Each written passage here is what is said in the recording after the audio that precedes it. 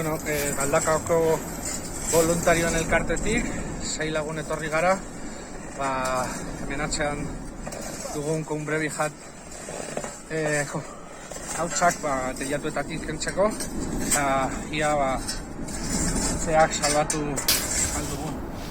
Eta, bueno, 2 hilabete emango ditugu hemen, eta mi esker binkeko lagunei bideoa publikatzen agatik.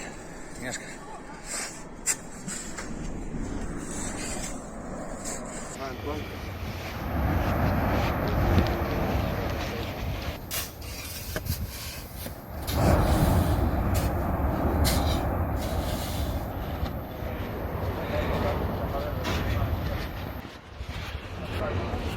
La calle del auto a la izquierda.